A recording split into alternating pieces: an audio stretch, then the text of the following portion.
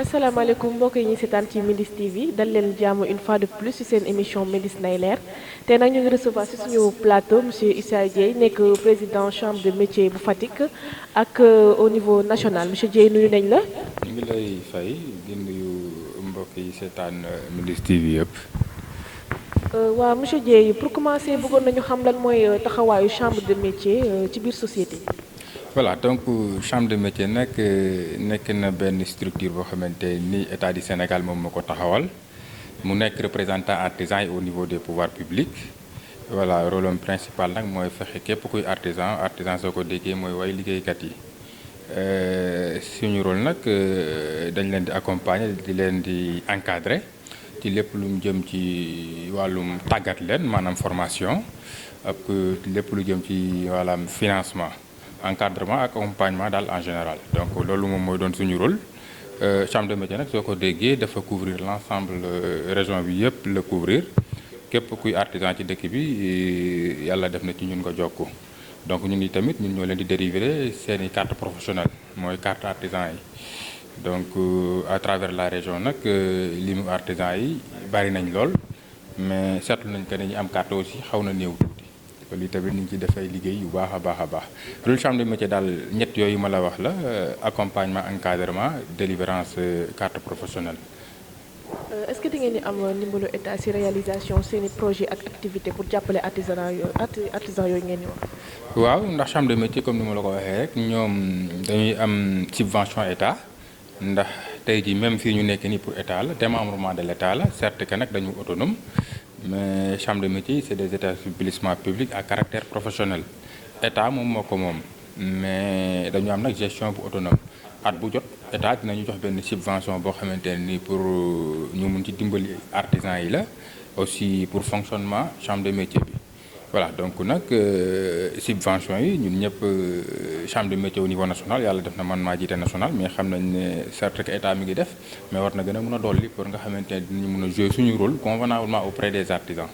en parlant de subvention si lu yàggul dara gis nañ que ni am na ay ouvriers yu doon def fi ay formation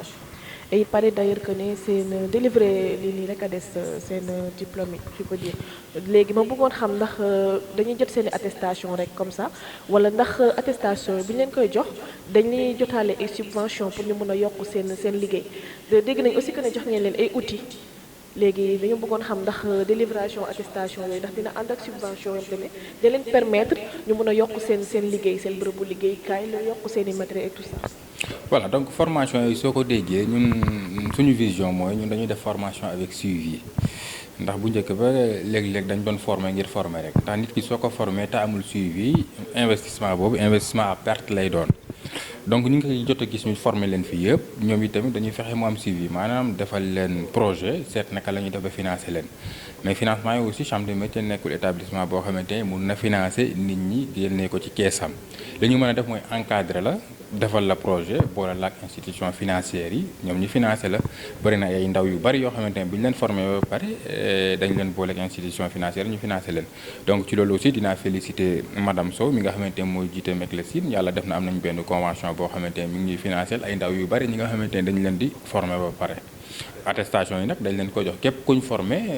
nga nit jox ko attestation loolu obligation la donc attestation yi dañ leen ko jox gratuitement pour jëmmal ne ñoom participer nañ ci formation boobu la beneen ba nag concernant la carte chambre de métier yow mi ñu formé yow yaa war a mën a xam ne man day jox nañ ma attestation li des mooy ma gën a formaliser wu formalisation nag ba ca jiitu su dee artisan nga am carte artisanat voilà donc nag ak diplôme boobu ñu la jox attestation bi moom ngay boole ak sa photocopie carte d'identité ñëw déposer la chambre de métier nga def demande pour am carte chambre de métier bi voilà carte chambre de métier bi tamit mooy sa identité professionnelle comme ni nga gis docteur yeeg yooyu yëpp kenn kuy présenté da ngay génnee sa carte professionnelle wane ko kon carte chambre de métier bi identité professionnelle lay doon donc moom lu am solo donc ba tax na ñi ciy formé yëpp nag itamit ñun mënuñ toppaat seen ginnaaw naan kaa leen am carte chambre de métier léeg-léeg itamit mun nañu former ndaw yi demee ci laabiir ki maanaam normalement li doon yoon ba yoon mooy balaa ñuy former benn ndaw nga am carte bokk ci chambre bi ba pare mais dañu gis ne ñi xam chambre peut-être bëriwul ñi am carte yi tamit bëriwul ñu ne daal nañ ko def laabir mais képp ku ñu formé benn yoon ba nga am attestation te ñëwuloo ut ci sa carte professionnelle dootuñ nangu defal le suivi maanaam fexe ba nga am financement wala ñu am beneen module de formation bu ñu la war a defal dootoo ca bénéficier wu yow.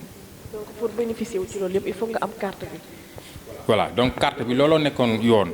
mais ñi ngi formé ñu bari sans pour autant que ñu am carte mais soo xasee ba bénéficier wu dara à la chambre te fekk amoo woon carte léegi dootuñ nangu nga ñëw bénéficier wu waat ndax dañuy xam ne yow léegi xam nga dañuy jàpp ne nit ñi xamuñu foog ñu xamal leen ba ñu xam ba pare mais suñu la xamalee ba nga xam ba pare te nanguwuloo am carte en ce moment dootuñ nangu pour defal benn appui boo xamante ne ci chambre bi la jóge.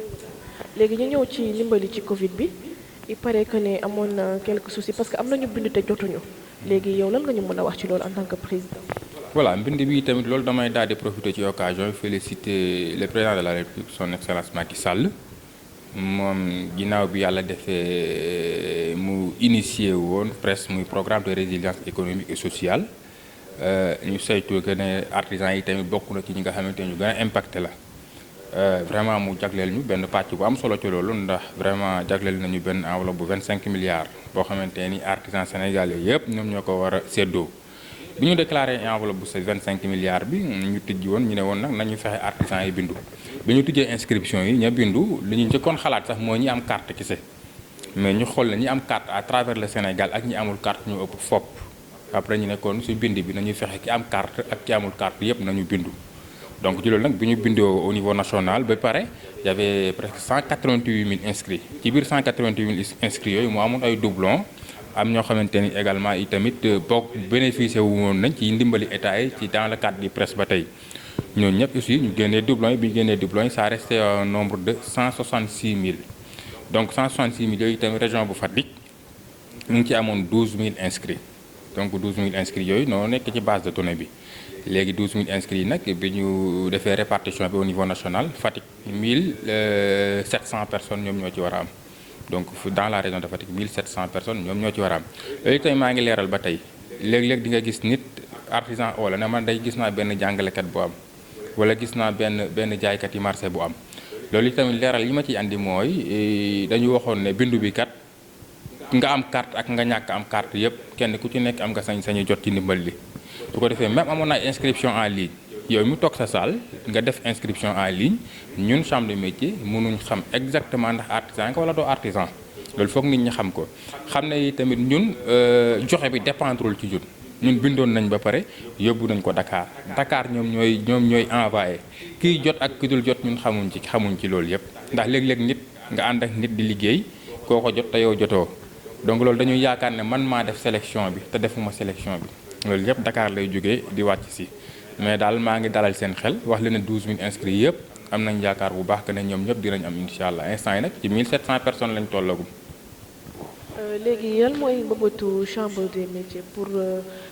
ndaw yi nga xamante ne maanaam amul lenn loo xamante ne si la ñuy yëngu lan la chambre des métiers prévoir pour ndaw ñooñu noonu mun a am activité maanaam am loo xamante ne si la ñuy yëngu pour daan seen doole.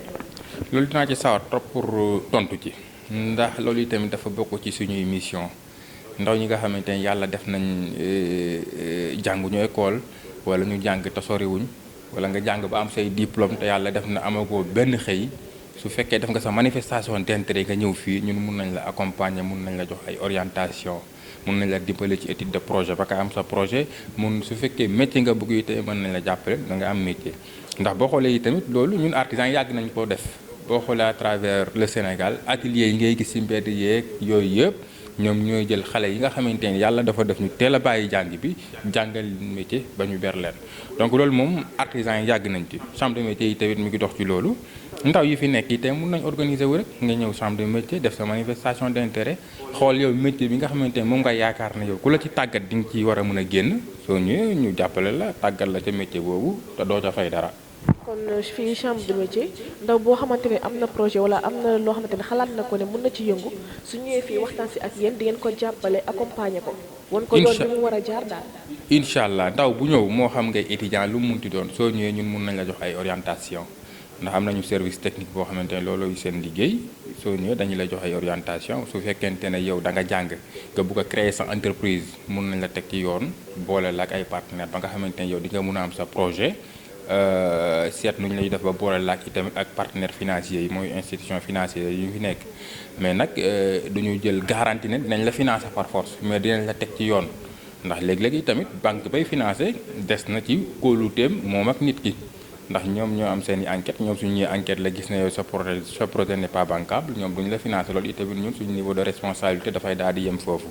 mais moom soo ñëwee te amuloo benn idée projet mun nañ la jox ay orientation ba nga am idée projet su fekkee ñëw nga amuloo benn xam-xam amuloo benn professionnalisme mun nañu seet naka lañ lay mun a dimbalee ba tàggat la ba nga xam di nga am sa métier. kon ñoo ko déggandoo bépp ndaw boo xamante ne tey jii ne amuloo loo xamante ne si nga yëngu mën nga rapproché wu ñi nga xamante ñoom ñoo nekk ci chambre de métier monsieur Dieye ñu ngi lay remercier ci sa accessibilité di la jaajëfal